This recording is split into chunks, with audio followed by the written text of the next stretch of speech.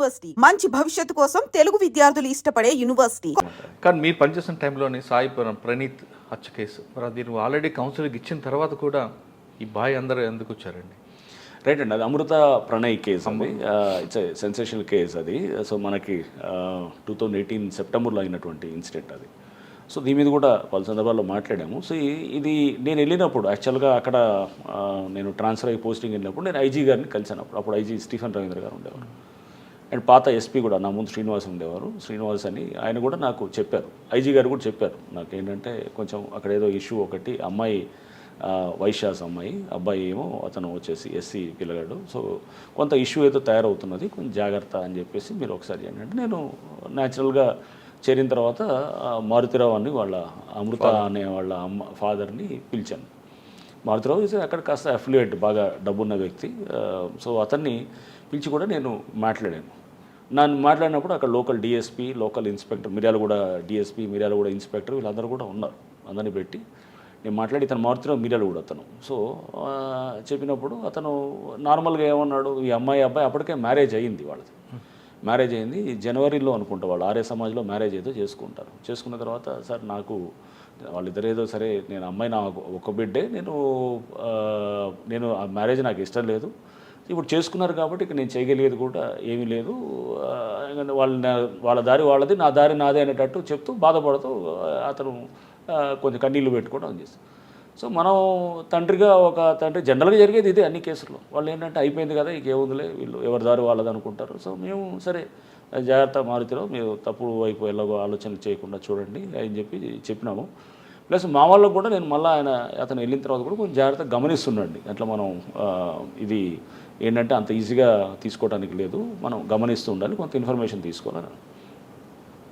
So ఇతను అప్పుడు press మీట్లో కూడా నేను చెప్పాను ఇదంతా కూడా. సో తర్వాత ఏంటంటే ఇతను బాగానే ఉన్నాడు, బాగానే ఉండి ఈ అమ్మాయి ప్రెగ్నెంట్ అయింది. ప్రెగ్నెంట్ అయిన తర్వాత అమృత ప్రెగ్నెంట్ అయిన తర్వాత ఈ అమ్మాయిని అంటే వాళ్ళు ఏ విధంగా అయిందంటే, ఇక ఇంట్లో ఈ తల్లి కూడా బిడ్డతోటి అంటే కాంటాక్ట్ రావటం, అంటే అప్పటిదాకా మాటలు లేనిటటువంటిది మెల్లిగా ఇదయ్యి ఒక రిసెప్షన్ కూడా ఆర్గనైజ్ చేశారు. ఆగస్టులో ఒక రిసెప్షన్ ఆర్గనైజ్ చేస్తారు. ఎవరు వీళ్ళు, ఈ ప్రణయ్ వాళ్ళ తల్లిదండ్రులు వాళ్ళు ఆర్గనైజ్ చేస్తారు మిర్యాలగూడలో. ఆ రిసెప్షన్ కూడా ఆర్గనైజ్ చేసి దాంట్లో వీళ్ళని అక్కడ ఊర్లో అందరిని పిలిచి అంత విందు అదంతా చేయడం జరుగుతుంది. వీళ్ళు రారు, తల్లిదండ్రులు రారు, ఇలా రారు. బట్ అంత తెలుస్తుంటుంది ఊర్లో, ఇదంతా పెద్ద ఎత్తున చేస్తున్నాడు, చేసి ఇదంతా చేస్తున్నప్పుడు ఈ పక్కన ప్రణయ్ ఫ్రెండ్స్ ఉండేవాళ్ళు, వాళ్ళు కూడా ఏంటంటే కొంతమంది ఎక్కించేవాళ్ళు ఉంటారు, ఇట్లా ఉండి చూడు ఇట్లా అంటున్నాడు అట్లా అని తీసుకెళ్ళి ఏదో మాటలతోటి వాడు ఇట్లా తాగున్నప్పుడు ఏదో మాటలు అది ఉండేదాన్ని కూడా ఇతను ప్రణయ్ అని మాట్లాడుతుందని కూడా వాళ్ళు రికార్డ్ చేసి వినిపించటాలు మారుతిరావుకి, అతను ఇన్ఫార్మెంట్స్ లాగా కూడా ఉంటూ అతనికి షేర్ చేస్తుంటేవాళ్ళు అన్నమాట. సో ఒక రకంగా ఇదంతా మధ్యలో ఇదంతా కూడా ఉండటంతో మారుతిరావు బాగా పెట్టుకున్నాడు. యాక్చువల్గా ఫస్ట్ నుంచే ఇది ఉన్నది కొంత ఇది ఇంకా పెరుగుతూ వస్తుంది అనమాట. అంటే అతను ఆ పిల్లవాడి మీద కక్ష అనేది పెరుగుతూ వస్తూ నా బిడ్డని, నా కంట్రోల్ ఉన్న బిడ్డని, అతను అల్లారు ముద్దుగా పెంచుకున్న బిడ్డని అతను తీసుకొని వెళ్ళి, అతను యాక్చువల్గా డిగ్రీ అవ్వలేదు, బీటెక్ ఏదో జాయిన్ అయినట్టుంది. సో ఈ అమ్మాయి కూడా 10th ఇంటర్మీడియట్ అయిపోయినట్టుంది. అప్పుడు నాకు ఇంకా పూర్తిగా అన్ని డీటెయిల్స్ గుర్తులేదు, ఎందుకంటే చాలా టైం అవుతుంది, దాదాపు 6 years అవుతుంది. బట్ వాట్ ఎవర్ అదైనా కానీ కూడా వీళ్ళిద్దరూ చిన్నప్పటి నుంచి స్కూల్లో వాళ్ళిద్దరి మధ్యలో ఫ్రెండ్షిప్ ఉండింది. తర్వాత అది మెల్లిగా వాళ్ళు ఇంటర్మీడియట్కి వచ్చేటప్పటికి ఇదైంది. తర్వాత ఈ అమ్మాయి ఇంటర్మీడియట్ అయ్యే స్టేజ్లో 18 ఏళ్ళ వయసు వచ్చేటప్పటికి వీళ్ళకి తర్వాత ఇంటి నుంచి వెళ్ళిపోయి పెళ్లి చేసుకోవటం, ఆర్య సమాజం అక్కడ చేసుకొని హైదరాబాద్లో మళ్ళీ సర్టిఫికేట్ తీసుకొని వచ్చి ఇంటికి మళ్ళీ వచ్చి అక్కడే ఉన్నారనమాట. ఇది హైదరాబాద్లో ఉన్నారు, అది మిర్యాలగూడలో ఉన్నారు. సో ఇది జరిగినప్పుడు ఇతను ఫస్ట్ నుంచి కూడా లోపల కొంత అది తీసుకోలేకపోతున్నాడు, ఎందుకంటే ఒక్కతే బిడ్డ, లేక పుట్టిన బిడ్డ, డబ్బు బాగా ఉంది, అండ్ ఇతనికి ఫస్ట్ నుంచి కూడా కొంత ల్యాండ్ ఇష్యూస్లోకి వెళ్ళున్నాడు.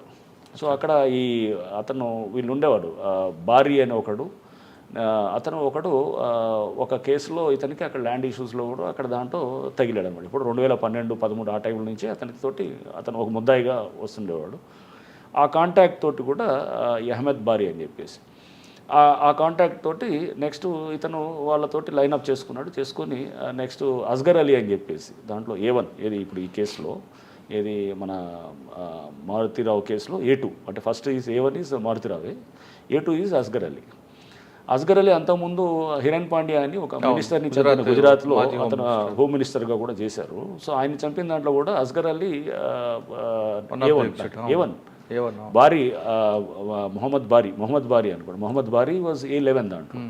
సో అంటే అక్యూజ్ 11 అనమాట. సో వీళ్ళు దాంట్లో కూడా ముద్దాయిలు అనమాట. సో చాలా నోటోరియస్ ఫెలోస్ వీళ్ళంతా ఏంటంటే ISI ట్రైనింగ్ తీసుకొని ఇతను అస్గర్ అయితే చాలా ఇదిగా ఉండేవాడు. సో అప్పుడు తర్వాత దాంట్లో ఇది కూడా వచ్చింది, లైఫ్ ఇంప్రిజన్మెంట్ కూడా పడ్డది దాంట్లో. సో అస్గర్ని బారీ ద్వారా కాంటాక్ట్ చేశాడు ఎవరు ఇతను చేసి, అక్కడ లోకల్గా అప్పుడు కాంగ్రెస్ లీడర్ ఒక అతను ఉండేవాడు, జావేద్ సంథింగ్ ఏదో ఉండేది, అతను అక్కడ లోకల్ కాంగ్రెస్ లీడర్ ఉండేవాడు ఆ టైంలో. అతను టౌన్ కాంగ్రెస్ అధ్యక్షుడు అక్కడ, ఏది మన మిర్యాలగూడలో అక్కడ ఉండేది. అతని ద్వారా కూడా వీళ్ళు అంటే దానికి పార్టీలు ఏం లేదు దీంట్లో. అంతా ఏంటంటే అప్పుడు ఇది అతను వాళ్ళ అంటే భారతీరావు క్లోజ్ ఫ్రెండ్ కూడా అతను. అట్లా పార్టీల పరంగా ఇదనేది, ఎందుకంటే వీళ్ళు ఎంఐఎం, మారుతిరావు ఏమో TRS పార్టీలో ఉండేవాడు అప్పుడు, ఇక్కడ ఇతనేమో కాంగ్రెస్లో ఉండేవాడు. ఇట్లా అంత పార్టీలు కాదు, అంటే ఫ్రెండ్షిప్ అనమాట. సో ఇలా ఉండింది. వీళ్ళందరూ దాంట్లో ఇచ్చేస్తూ ఈ మారుతిరావుకి సరే వీళ్ళు మారుతిరావు లైనప్ చేసుకున్నాడు, అంటే ఇతన్ని ఎలిమినేట్ చేయాలనుకునేది క్లియర్గా లైనప్ చేసుకున్నాడు. September 14th అనుకుంటా అప్పుడు మర్డర్ చేయడం జరిగింది. చేసిన తర్వాత రోడ్డు మీద నరికి అతను వాడు బీహార్ నుంచి వచ్చిన వాడు ఎవడైతే ఉన్నాడో వాడు A2 వాడు, A3 is Asghar Ali. So అతను నరకటం జరిగింది అనమాట, నరికి చంపాడు. సో మన స్క్రీన్ మీద కనబడేటప్పుడు A2 ఇతను ఒక్కటే ఉంటాడనమాట, ఇంకెవడు ఉండడు మనకి. వీళ్ళు హాస్పిటల్కి వెళ్తారు. హాస్పిటల్కి వెళ్ళి ఈ అమ్మాయి ఎవరు అమృతని ప్రెగ్నెంట్ ఉంది కాబట్టి తీసుకెళ్ళటానికి ఇతను ప్రణయ్ తీసుకెళ్తున్నప్పుడు ఆ సీసీ కెమెరాలో దూరం నుంచి ఇతను నరకటం ఒకటే మనకి అంతవరకే తెలుసు. ఫర్దర్గా మనకి ఇంకేమీ అక్కడ లీడ్స్ కూడా ఏం లేవు. మీకు ఎన్ని గంటలకు వచ్చింది ఇన్ఫర్మేషన్ అండి ఆ రోజు? ఇమీడియట్గా అక్కడ అయింది ఆ రోజు. ఐ థింక్ అరౌండ్ 11:30, 12కి అట్లా అయింది. ఇమీడియట్గా వచ్చింది, ఇమీడియట్గా వితిన్ 12 ఆ టైంలో అయినట్టుంది, 11:30, 12 ఆ టైంలో. సో ఇమీడియట్గా వెళ్ళటం జరిగింది. అందరం వెళ్ళాం, మా వాళ్ళు వెళ్ళారు. వెళ్ళిన తర్వాత సో ఫస్ట్ డౌట్ మారుతిరావు మీదే ఉండింది న్యాచురల్గా. మారుతిరావు మీద ఉండింది. మారుతిరావు ఎఫ్ఐఆర్లో కూడా మారుతిరావు పేరు వచ్చింది, ఎందుకంటే ఇతన్ని చంపడానికి ఇదనేది. బట్ మారుతిరావుకి కనెక్ట్ అవ్వడానికి ఏం లేదు, ఇతనికి అతనికి ఎటువంటి కాంటాక్ట్ కూడా ఉండదు అనమాట అసలు. సో వీళ్ళు కాంటాక్ట్ వాడింది కూడా అంతా అక్కడ డిఫరెంట్ టైప్ ఆఫ్ కమ్యూనికేషన్ అంతా వాడారు. అప్పుడు వాడి అసలు ఎక్కడ కూడా మనకి దొరకకుండా ఉండేటటువంటి విధంగా కూడా చాలా జాగ్రత్తలు తీసుకున్నారు అంతా. అస్గర్ ఎందుకంటే వాడు పెద్ద ముదురు కేసు కాబట్టి వాడు ఆల్రెడీ ఇదంతా కూడా జాగ్రత్తగా చేశాడు.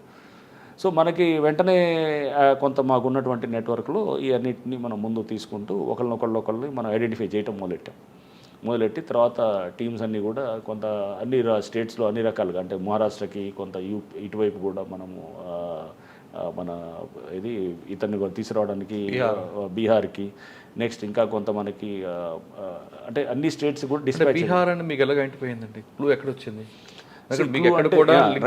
సో క్లూ అనేది ఎక్కడంటే మనకి ఈ చేసే క్రమంలో యాక్చువల్గా ఒకటి మనం పికప్ చేసినప్పుడు ఎవరు చేశారు ఏంటనేది మనకి వర్కౌట్ తెలిసిపోయింది అనమాట, పలానా వాడని చెప్పి అర్థమైంది అనమాట. అర్థమైనప్పుడు వాడి ఫోటోలు అది తీసుకున్నాం. ఎక్కడో చిన్న దాంట్లో మనకి ఐ థింక్ వాడి ఫోటో ఒక దగ్గర వచ్చింది మనకి. ఫోటో వచ్చినప్పుడు ఆ ఫోటోని పట్టుకొని మా టీం అక్కడ చాలా బాగా చేశారు. అక్కడ ఉన్నటువంటి టీం అప్పుడు ఆఫీసర్స్ అంతా కూడా అప్పుడు ఇతను ఉండేవాడు, మన హాలియా ఇన్స్పెక్టర్ కూడా ఉండేవాడు. హాలియా ఇన్స్పెక్టరు ఇప్పుడు కొండమల్లిపల్లిలో ఉంటున్నాడు అనమాట ఇన్స్పెక్టర్ అతను. ఇంకా వాళ్ళ టీము డిఎస్పీ అప్పుడు శ్రీనివాస్ ఉండేవాడు అతను. ఇంకా అందరూ, అంటే ఒకళ్ళని కాదు, అందరూ కూడా దాంట్లో యాక్టివ్గా చేశారు. ఐటీ టెక్నికల్ టీం కూడా బాగా చేశారు. సో అందరినీ రకరకాలుగా మనం పికప్ చేశాము. పికప్ చేసి అంటే మీకు అన్నీ నేను మీకు చెప్పకూడదు, అందులో నేను కొన్ని కావాలని రివీల్ చేయకూడదు, ఎందుకంటే రేపు క్రిమినల్స్ అందరూ కూడా తెలుసుకొని. So but we had some అంటే వర్కబుల్ లీడ్స్ కోసం చూస్తాం ఎప్పుడైనా కానీ. సో అంటే కొంత టైం అనేది చాలా హీలర్ అనమాట. Time is a healer. టైమే చాలా వాటికి పరిష్కారం వస్తుంది. ఆ టైంని తీసుకోవాలి ఎప్పుడు కూడా. అక్కడ టైం ఇవ్వలేదు, టైం లేదు, అతను తొందరగా యాక్ట్ చేస్తున్నాడు అనమాట. యాక్ట్ చేసి ఏం చేశాడు, అమ్మాయిని హడావుడు పెట్టి లేదు ఇట్లా అమ్మాయిని ఇంట్లో పెట్టేసి బయటకు వెళ్ళనిచ్చేవాడు కూడా. అమ్మాయి ఇంట్లో నుంచి పారిపోయి పెళ్లి చేసుకోవడానికి వెళ్ళిపోయింది. సో కొంచెం ఇదే కాకుండా వీళ్ళిద్దరు కలిపి ఒక వీడియో చేశారంటే బిఫోర్ మ్యారేజ్. ఆ వీడియో కూడా వీళ్ళు ప్రొవోకేషన్, అదే ఇవన్నీ ప్రొవోకేషన్ తోటి ఏమయ్యాడు, ప్రొవోకాడు పిల్లలకి. మనం వాళ్ళు తెలిసి తెలియకుండా చేసినప్పుడు వాళ్ళు మనల్ని ప్రొవోక్ చేస్తే మనం రియాక్ట్ కావాల్సిన అవసరం లేదు కదా. అక్కడే కదా మెచ్యూరిటీ ఒక తండ్రిగా వచ్చేది. సో మీరు వాళ్ళకి మనం చెప్పి నచ్చ చెప్పి వాళ్ళకి ఆ ఎమోషన్స్ని వాళ్ళని కొంచెం మనం వాళ్ళకి జాగ్రత్త అర్థమయ్యేటట్టు చెప్పి ముందు పేషెంట్గా ముందు మన క్లారిటీ ఉండాలి. ఒక తండ్రిగా మనకి చాలామందికి తెలియదు ఎలా హ్యాండిల్ చేయాలి రిలేషన్షిప్స్ అని, ఎందుకంటే ఇవన్నీ మనం కింద మీద పడి నేర్చుకునేది ఉంటున్నాను. సో దీనికి అసలు హ్యూమన్ రిలేషన్స్ ఎలా హ్యాండిల్ చేయాలి, పిల్లలతో ఎలా హ్యాండిల్ చేయాలి, పిల్లలతో టీనేజ్లో ఉన్నప్పుడు ఎలా హ్యాండిల్ చేయాలనేది ప్రతివాడికి అర్థం కాని ప్రశ్న అనమాట. ప్రతివాడు we under go through the same process అన్నమాట. అందరికీ తెలుసని నేను అన్ను, చాలామందికి తెలియదు. ఇంకా మనకి ఇప్పుడు మన పిల్లలతో ఎలా హ్యాండిల్ చేయాలనేది ఇది అనేది అర్థం కాని ప్రశ్నగా ఉంటుంది చాలా సందర్భాలు.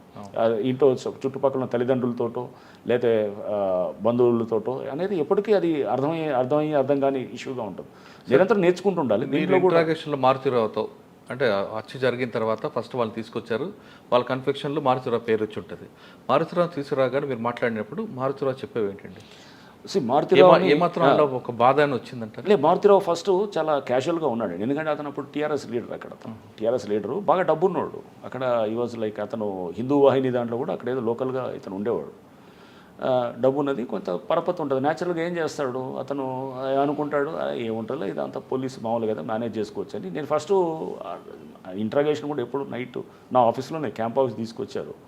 రాత్రి అరౌండ్ 3 అయింది. రాత్రి 3ంటికి కూర్చొని మంచిగా అతన్ని ఎదురుగా కూర్చోబెట్టి, ఇప్పుడు మీరు నేను ఎలా ఉన్నాం అట్లనే కూర్చొని టీ కూడా తీపిచ్చి కూర్చోబెట్టి మంచిగా మాట్లాడుతున్నాం. ఇంట్రాగేషన్ అంటే తీసుకొచ్చి కొట్టేది కాదు. అతను ఒక తండ్రిగా అతను ఇది ఉన్నప్పుడు నేను అర్థం చేసుకోవాలి అతని పెయిన్ని కూడా. But murder is murder. తప్పకుండా నువ్వు ఒక వ్యక్తిని చంపడం అనేది చిన్న విషయం కాదు కదా. నువ్వు ఎలా చంపుతావు అంటే నీకు నచ్చకపోతే కనుక నీ పేరెంటింగ్ తప్పు వల్ల నువ్వు సరిగ్గా అండర్స్టాండ్ చేసుకోకపోవడం వల్ల రిలేషన్షిప్ నువ్వు దాన్ని ఆ పిల్లవాడిని చంపే హక్కు నీకు ఎట్లా వస్తుంది? తప్పు కదా అది. సో అది ముందు మాట్లాడుతున్నప్పుడు ఇతను చాలా కేర్లెస్గా క్యాజువల్గా మాట్లాడుతున్నాడు. తర్వాత కొంచెం అంటే అతనికి ఏదో అది ఇది మేనేజ్ చేసుకోవచ్చు అనే టైప్లో ఉంటే కొంచెం కఠినంగా మాట్లాడటం మొదలెట్టాడు. అంటే గొట్టం ఏం చేయలేదు, అట్లా లేదు కానీ బట్ అతన్ని న్యాచురల్గా కొంత అతనికి ఇచ్చే గౌరవాన్ని తగ్గించి మాట్లాడటం అది చెప్పినప్పుడు దెన్ ఈ started coming to this thing. ఒక అరగంట దీని తర్వాత దెన్ ఏడవటం మొదలెట్టి దెన్ కొంత అతనిలో వచ్చింది. వన్స్ ఆ బ్రేక్ డౌన్ వచ్చినప్పుడు మనం emotional break down we think that అతనిలో హీల్ కమ్ అవుట్ అనమాట న్యాచురల్ బయటకు వస్తాం.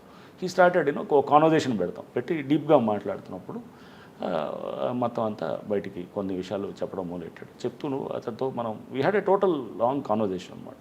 చేసినప్పుడు నేను ఆ ఇంట్రాగేషన్ టీం అంతా కూడా కూర్చొని ఇట్ వాజ్ బ్యూటిఫుల్. మాకు కూడా ఒక లెర్నింగ్ ఎక్స్పీరియన్స్. ఒక మంచి ఒక కేసు వచ్చినప్పుడు దాంట్లో కూడా మేము కూడా చాలా నేర్చుకుంటాం. సో ఆయనలో పరివర్తన వచ్చిందంటారు? పరివర్తన వస్తుంది తప్పకుండా. చంపాను అనేది వచ్చింది, అది తప్పకుండా ఆ ఫీలింగ్ అయితే వచ్చింది. అందుకని ఇంకా తర్వాత అతనే సూసైడ్ చేసుకున్నాడు. ఎప్పుడైతే కొన్ని రోజుల తర్వాత అతను కేసులో అరెస్ట్ అయ్యి మళ్ళీ వచ్చిన తర్వాత కేసు ఎప్పుడైతే టైట్ అయిందో అతని చిందర అంటే ఒక వ్యక్తి అతను డబ్బు సంపాదించడం కానీ ఎలా హ్యాండిల్ చేసుకోవాలో రిలేషన్షిప్ అనేది తెలియలేదండి మారుతిరావుకి. సో అతను అది ఒక మళ్ళీ సెపరేట్ ఇది. మనం డబ్బు సంపాదనే తెలివి అనుకుంటే చాలా పొరపాటు. సో తెలివి అనేది రకరకాలుగా ఉంటుంది. డబ్బు అనేది మనం అదే ఒక దాన్ని ఒక మనం బెంచ్ మార్క్గా పెట్టుకొని ఇదే తెలివి అనుకుంటే అంతకన్నా ఇక తెలివి తక్కువ పని ఇంకోటి ఉండదు. తెలివికి చాలా రకాలు ఉంటాయి. నువ్వు how you handle your relationships, నువ్వు ఎవరెవరితో ఎలా ఉంటావు, లేకపోతే నువ్వు ఇది కూడా ఒకటి ఆస్పెక్ట్. సపోజ్ నువ్వు సొసైటీలో ఎలా సర్వే అవుతున్నావు, అన్నింటినీ కూడా కలిపి సమిష్టిగా అదే నీ మెచ్యూరిటీ లెవెల్.